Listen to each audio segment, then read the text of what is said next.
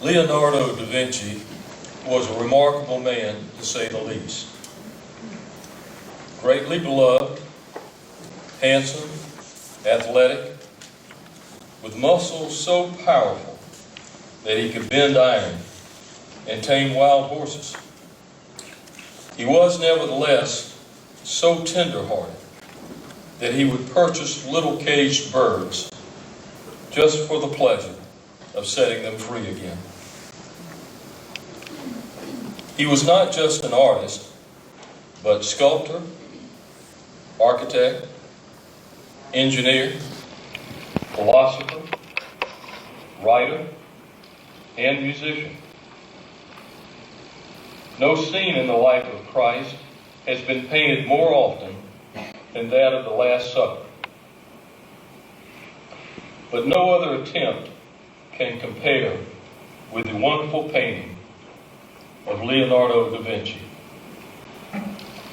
It is the ideal representation of a dramatic moment, the delineation of the effect of a single word, betray,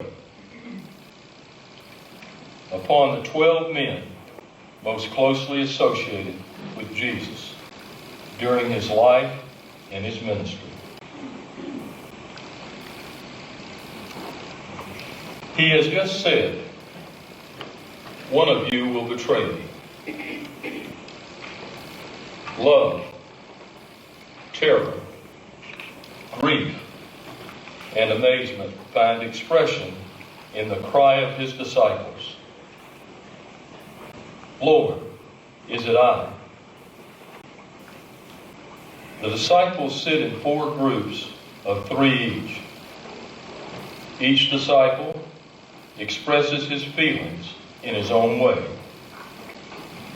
There is no repetition of an action or a figure. Each gesture represents an individual type of character, yet all harmonized in directing thought toward Christ, effecting unity as the motive of the scene. At the Master's right, in broken-hearted silence, sits John the Beloved. Impulsive Peter leans forward, touching John's shoulder, and seems to be urging him to ask the Master who the traitor is. There can be no doubt as to the real betrayer. In contrast to the gentle features of John is the dark, cunning face of Judas, who clutches the money bag and looks at Jesus in alarm, as if fearful that he will indicate who his betrayer is. Behind Peter is Andrew, with upraised hands, then James the younger, and at the end, Bartholomew, leaning forward in its eagerness to catch the words of the others. To the left of Christ is Thomas, with raised finger, seeming to say, "Lord, is it I?" In front of him, James the elder, expressing in face and gesture his horror at such a thought. Philip, bending over his companions with deep regret in his fine face, seems to say, "Thou seest my heart, Lord. Is it I?"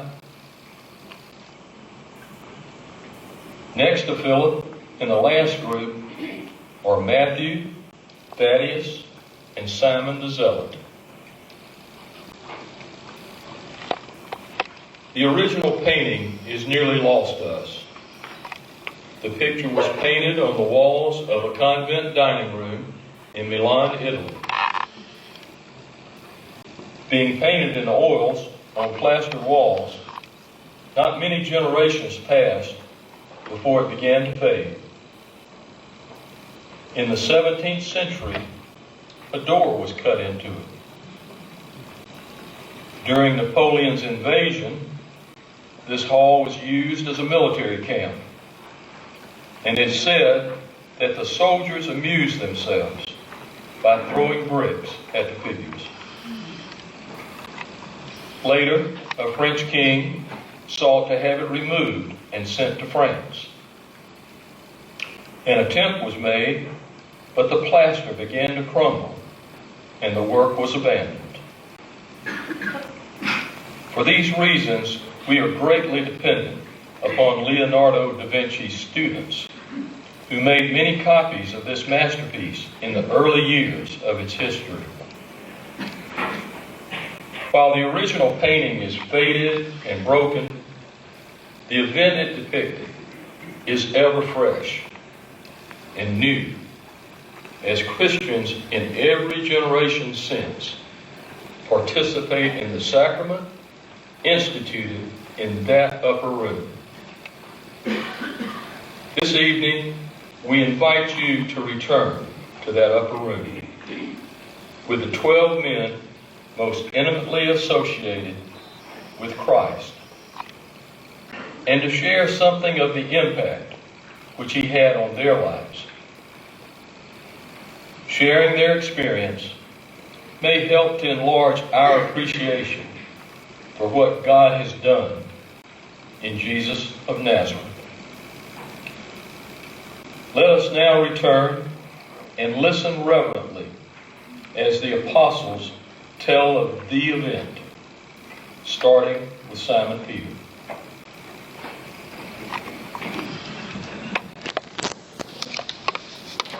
Little did I realize the significance of this breaking of bread and this drinking of wine with the Master. For this was to be our last supper together, the end of a warm and rich association that was all too brief. He called me Cephas, the rock, and on this rock I will build my church, and the power of death shall not prevail against it. That was so much to ask from a man of my character, impetuous, impulsive, quick-tempered, so quick to speak, so slow to understand. It all began for me by the Sea of Galilee, when Brother Andrew and I were cleaning our nets after an unsuccessful day of fishing. And Jesus came, insisting that we try once more. It seemed helpless and hopeless. But we put our boats back out to sea, and at his instruction, we cast down our nets. And no sooner had those nets touched the water when a great school of fish came in. So many fish we could almost not haul the nets for fear our boats would capsize. And I knew then that this Nazarene, he was no ordinary man. Depart from me, I said, for I am a sinful man, O Lord. And his reply, follow me, and I will make you fishers of men. I'm quite sure we did not understand what that meant, but we left. We left our father, our boats, our business. We left everything, and we followed him. My affection for him grew deeply as the months passed. And I think it was on the road to Caesarea Philippi when he asked what people thought of him. And then he asked, who do you say I am? For me, there was no doubt in my mind. You were the Christ. You were the Messiah, I told him. No one loved him more than I. I will lay down my life for you, I told him. In the Garden of Gethsemane, I drew my sword to protect him against overwhelming odds. But he rebuked me. Sheathe your sword. Shall I not drink from the cup my Father has given me? No, I did not lack for courage. I thought. After he was arrested, I followed him at a distance into the courtyard of the high priest. And there it happened, just as he said it would.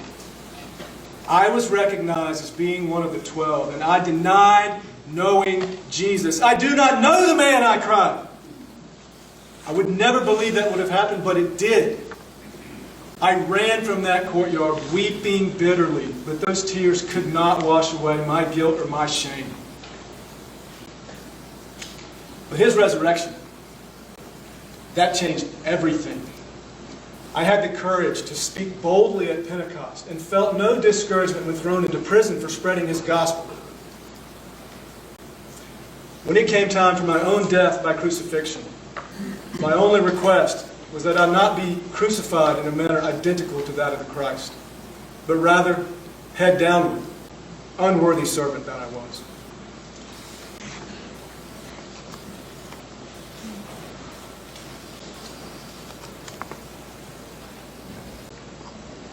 I am Andrew. My brother Simon's memories have stirred my own thoughts. He may remember that it was I who first introduced him to the Master. We were disciples of John the Baptizer. When Jesus joined our fellowship on the other side of the Jordan, John pointed to him and said, "Behold, the Lamb of God." I was immediately drawn to the Nazarene, and I told Simon we had found the Messiah. Do you remember the feeding of the 5,000? It was I who found the boy with the 5 loaves and 2 fish. I didn't realize then what Jesus could do with them. I guess it was half in jest that I offered him. "What are they among so many?" I said. But then the miracle, 5,000 were fed, and there was food left over. Truly, this man is more than a rabbi, more than a teacher. I hung on his every word. There was none other worthy of total commitment. There was no greater honor than his service. My missionary journeys to Scythia and Greece were ministries of great joy and gratitude.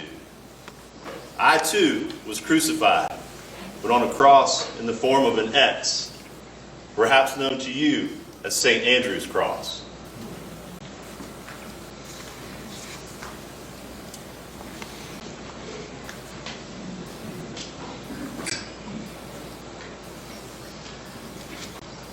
I am James. Simon and Andrew, my younger brother John, and I knew each other very well, for we were partners in the fishing trade. We had a pretty good business, as my father was able to have hired servants. The 4 of us joined the company of disciples at the same time. And my mother, Salome, was the sister of Mary, the mother of Jesus. Though our relationship with Jesus was far deeper than any family bonds, I was also privileged to be part of that inner circle of disciples, witness to the transfiguration and the intense fellowship that the Master experienced in the Garden of Gethsemane. It was a discipleship that set our hearts aflame. Perhaps this burning is what led the Master to call me and my brother Boanerges, sons of thunder. Believe me, this man inspired the best in you. It may help you to understand my mother's strange request of Jesus. Command that these 2 sons of mine sit, one at your right hand and one at your left hand in your kingdom. Nothing in life would have pleased us more than to be honored by him, to be worthy of his blessing. We should not have asked. I guess we were carried away. For it was then that the Master explained the true meaning of greatness. Whoever would be great among you must be your servant. And whoever would be first among you must be your slave. I never forgot that lesson as I journeyed as far as Spain to proclaim Jesus as Christ and Lord. Death at the sword of King Herod Agrippa left me with only one regret, that I could not serve him longer.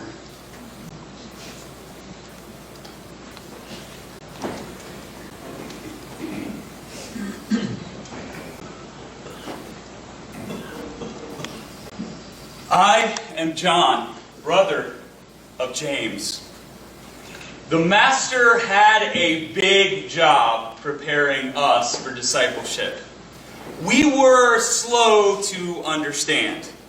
It took us a while to realize that he came into the world not to condemn it, but that men might have life, and life abundant. He sat like a good shepherd, ready to lay down his life for his sheep. He spoke of himself as the way, the truth, and the life. And that way was the way of love. I will never forget those few hours spent next to his cross on that ugly hill outside of Jerusalem. There he hung in loneliness, in excruciating physical pain, despised by all, except the few of us who dared to be there. And what were his thoughts? Father, forgive them? Today you will be with me in paradise? Or those words he spoke to me and his mother. Woman, behold your son. Behold your mother. How can one heart hold such boundless, selfless love? Always thinking of others, never of himself. The memory of that matchless love was my comfort when Simon Peter and I were thrown in prison. It was central in our preaching in Samaria, and it became our rule of life in the Jerusalem congregation. Of Jesus the Christ, I can only say this: God so loved the world that he gave his only begotten Son. It is that intimate bond of love that binds me to him forever.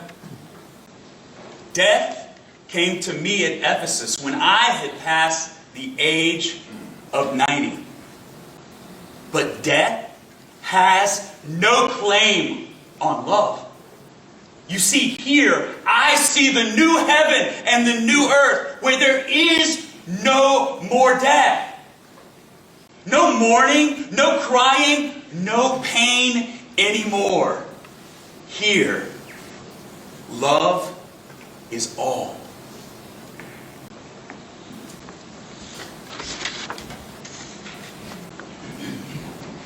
I am Philip of Bethsaida in Galilee. I too was a disciple of John the Baptizer. Andrew spoke of bringing Simon Peter to Jesus. It was I who brought Nathanael to the Lord. When he asked me to become his disciple, I knew this was too precious of an opportunity to keep to myself. So I told Nathanael, "We have found him, of whom Moses in the law and the prophets also wrote, Jesus of Nazareth, son of Joseph." At first, Nathanael didn't believe me, but when I brought him to the master, he was quickly convinced. We had much to learn from this rabbi. My mind was always full of questions, and my soul full of wonder. At the feeding of the 5,000, it was I who asked, "How are we to buy bread so that these people may eat?" Looking back, the question seemed unnecessary. I remember another question that I asked towards the end of Jesus' earthly ministry. The master had been speaking about God the Father. And impatiently, like a precocious child, I blurted out, "Lord, show us the Father and we shall be satisfied." He answered, "Have I been with you so long, yet you do not know me, Philip? He who has seen me has seen the Father." He spoke tenderly, yet I could not but feel ashamed. He was never one to ridicule or offend others, not as so many are. I am used to ridicule since the day my parents named me Philip. It means of horses. And you can imagine what people did with that. But I would suffer all the shame and ridicule in the world for the sake of bringing honor and glory to the Master. I was glad to witness to him in Phrygia and in Syria whenever I could until death came, also by crucifixion.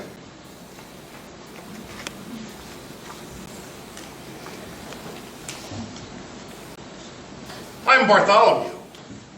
Sometimes they call me Nathanael. I was born in Cana of Galilee, where Jesus performed his first miracle at the wedding feast. It was Philip that first introduced me to the Christ. It was a very strange experience.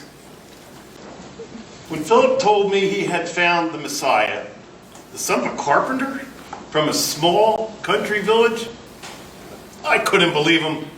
Could anything good come out of Nazareth, I asked him. He said, come here, come on with me.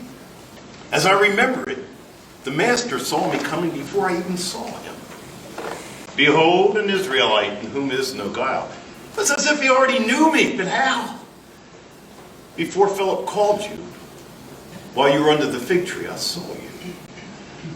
Well, he could look deep into the heart of a man. It was impossible to fool him. In all, I could only reply, Rabbi, you are the Son of God. You're the King of Israel. He was everything I ever dreamed the Messiah would be and more. It really didn't surprise me to see him again after his death by the Sea of Galilee. His resurrection had to be. And in light of his glorious resurrection, and my own suffering and death by flaying knives, brought no fear. Only the confidence that he had already overcome death. Jesus lives, so do I.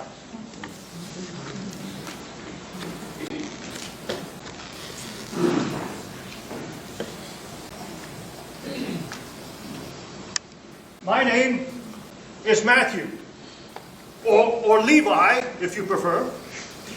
I'm the son of Alphaeus, distantly related to Jesus' family. The Master was especially welcome into my empty life. You see, I was a tax collector, and nobody loves tax collectors. The Romans would give me a quota to reach. I would gather taxes from my neighbors to reach that quota. If I collected more than the Romans asked, well, that was my profit.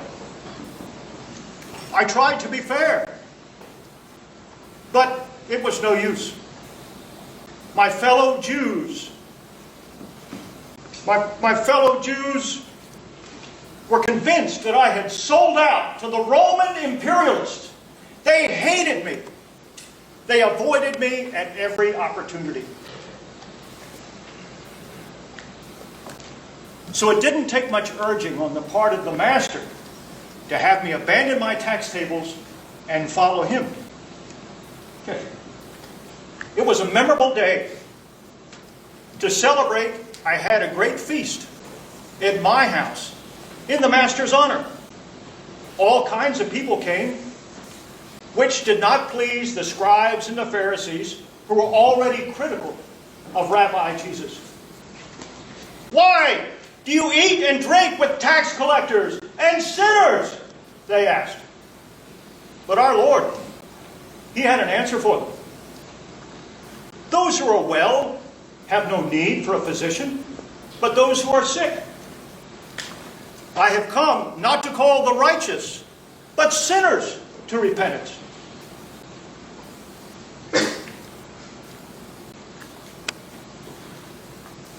Tradition tells of my crucifixion in Ethiopia on a tau cross, after which my head was severed from my body with a battle axe.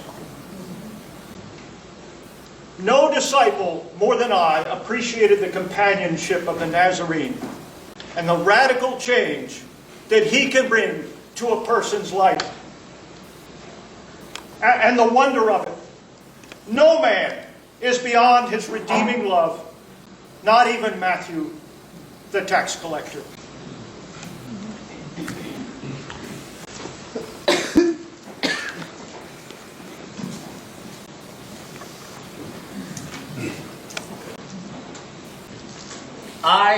Thomas, or Didymus, one of the twins.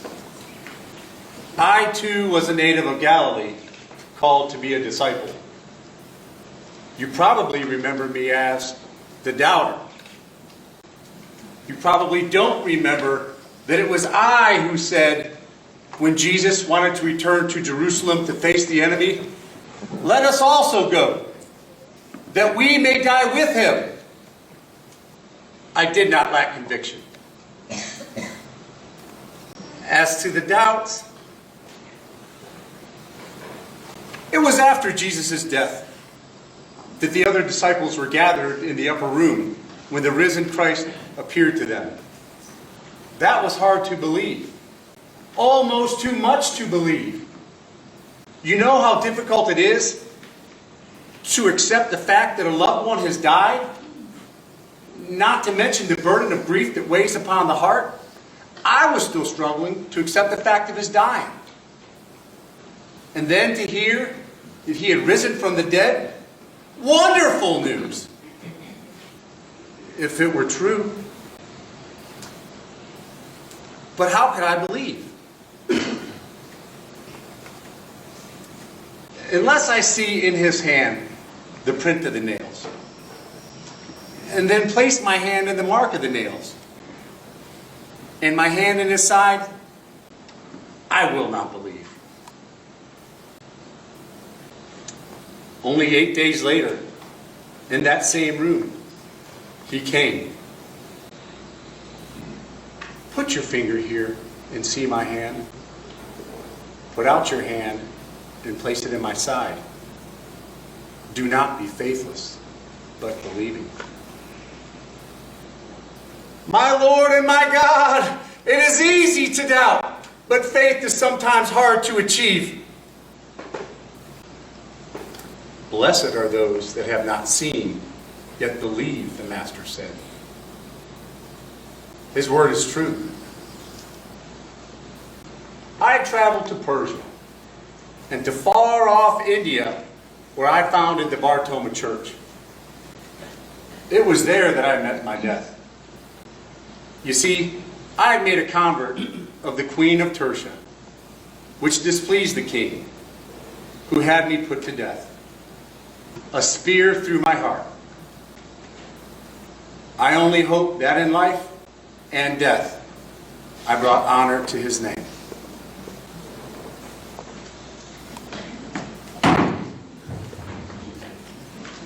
I am known as Simon the Zealot. Before being called as a disciple of the Christ, my one burning desire was to overthrow the yoke of Roman rule. Our underground resistance movement was spread throughout Palestine. Looking back on those days, it was a strange bond that held us together. We were brothers because of hatred. We hated the Romans so much. From time to time, we zealots would break out in bloody rebellion, and I wanted to tear the world apart.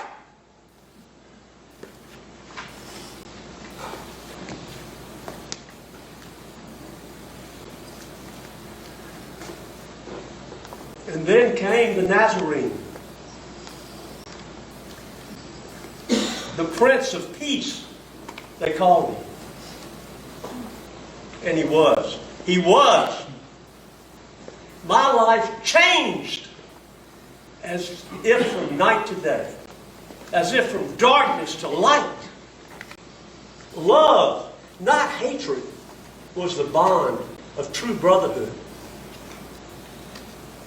Oh, I sometimes thought of returning to my old ways, particularly when I heard that the Romans had crucified my Lord.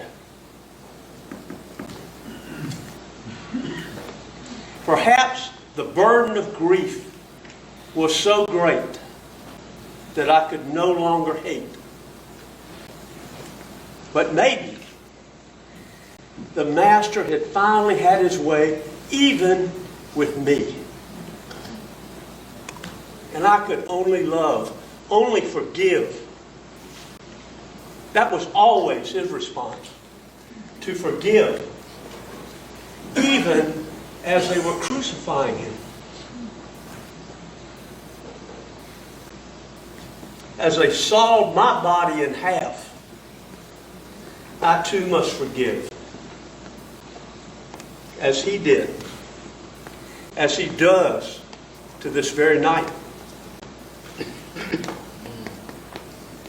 Now, you will read nothing of me in the Scriptures, but it is enough for you to know that a man who once hated so much became a man who loved so much more. And because of that, I found peace at last. Thank God. Oh, thank God for the Master.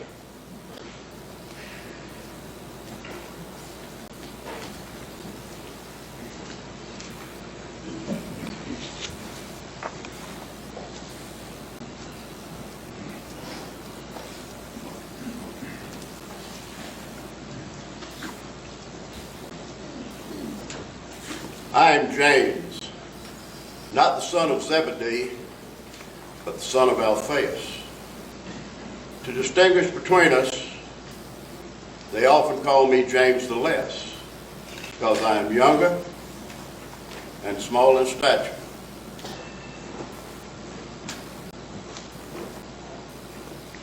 As with Simon. Like Simon the Zealot, there was not much heard of my ministry. Though I followed with the others, listening and learning. How could you help but listen and learn from such wisdom? I witnessed his life, his death, and his resurrection. Though my ministry never met the front page, I dedicated my life to Christ, the Lord of Lords, King of Kings. Everyone that I touched was touched by the Master, for his living presence was my constant companion. To know him was to love him, and to love him is to serve him.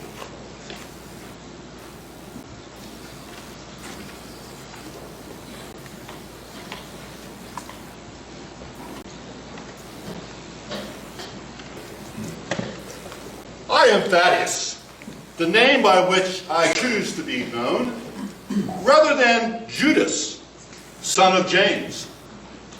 I am no more than a name in the list of disciples, and even in this, I seem to lose my identity due to the confusion related to my name.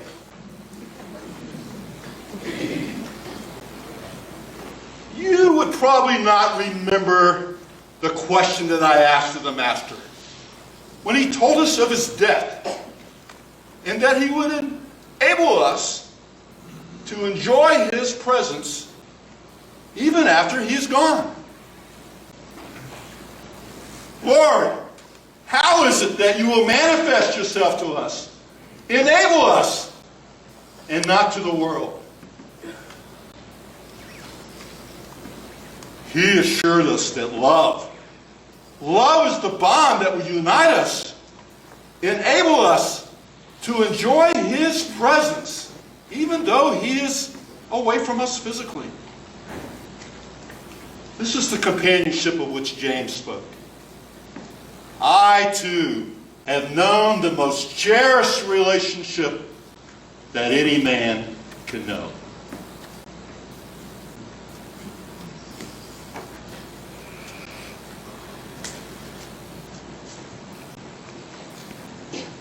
Would that the story were done if nothing more was said. I am Judas Iscariot, I too was a disciple of the Master, and my story is unbelievable. I betrayed him for 30 pieces of silver. He called me as he called the others. He must have seen something of worth in me, though what it was I know not. You see, I served the group as treasurer, and I was diligent in those duties.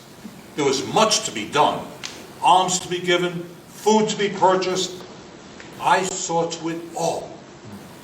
The work was difficult, but I'm not sure it was always appreciated. Now, as to the betrayal, I don't really understand it. You see, I admire the Nazarene as much as any. But if he were truly the Messiah, surely the chief priest and his cohorts would have no power over him. Now, Jesus' enemies were getting pretty bold. And I must admit, I grew impatient with the Master. Why didn't he call their hand, show his authority and power? For if God be with us, then who could be against us? Well, somebody had to get things moving. So I went to the chief priest and the elders, and I asked, what would you give me if I delivered Jesus to you? The price was of no real concern. But now things would happen. Either he was the Messiah or not. I decided on the Garden of Gethsemane, a quiet place where the Master could be found in meditation. But somehow he knew of what I was doing. For at the supper table, he said, truly one of you will betray me. Woe be to the man who betrays the Son of Man, for it would be better if he not be born. Even at that point, I did not realize the full impact of what I was doing. Now it was dark in the garden that night, and to avoid confusion, I was to greet Jesus with a kiss. But he knew more of my treachery than one could realize, for he turned to me and said, Judas, would you betray the Son of Man with a kiss? And it was at that point that the pain began, the pounding in my heart and in my head, like a great storm coming over the Sea of Galilee. Helplessly, I watched the events unfold that night and the next morning. And the full impact of what I had done finally hit me. They were going to put Jesus to death. The storm within me rose in all of its fury. I ran to the chief priest and I threw the money at their feet, screaming, I have sinned in betraying innocent blood. Their answer to me? What is it to us? Go see to it yourself. Well, overcome with feelings of guilt and grief, I could bear the pain no longer. I went off and hanged myself. Now the story has been told. There is nothing more to be said. Oh, God help me. I am Judas Iscariot, the betrayer.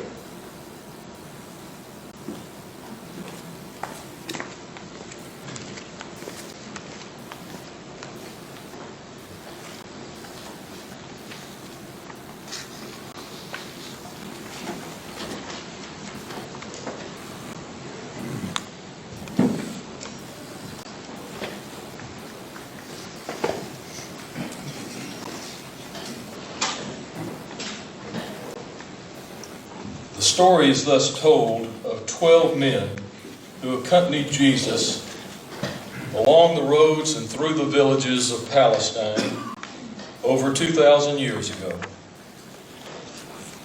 But the story is not complete.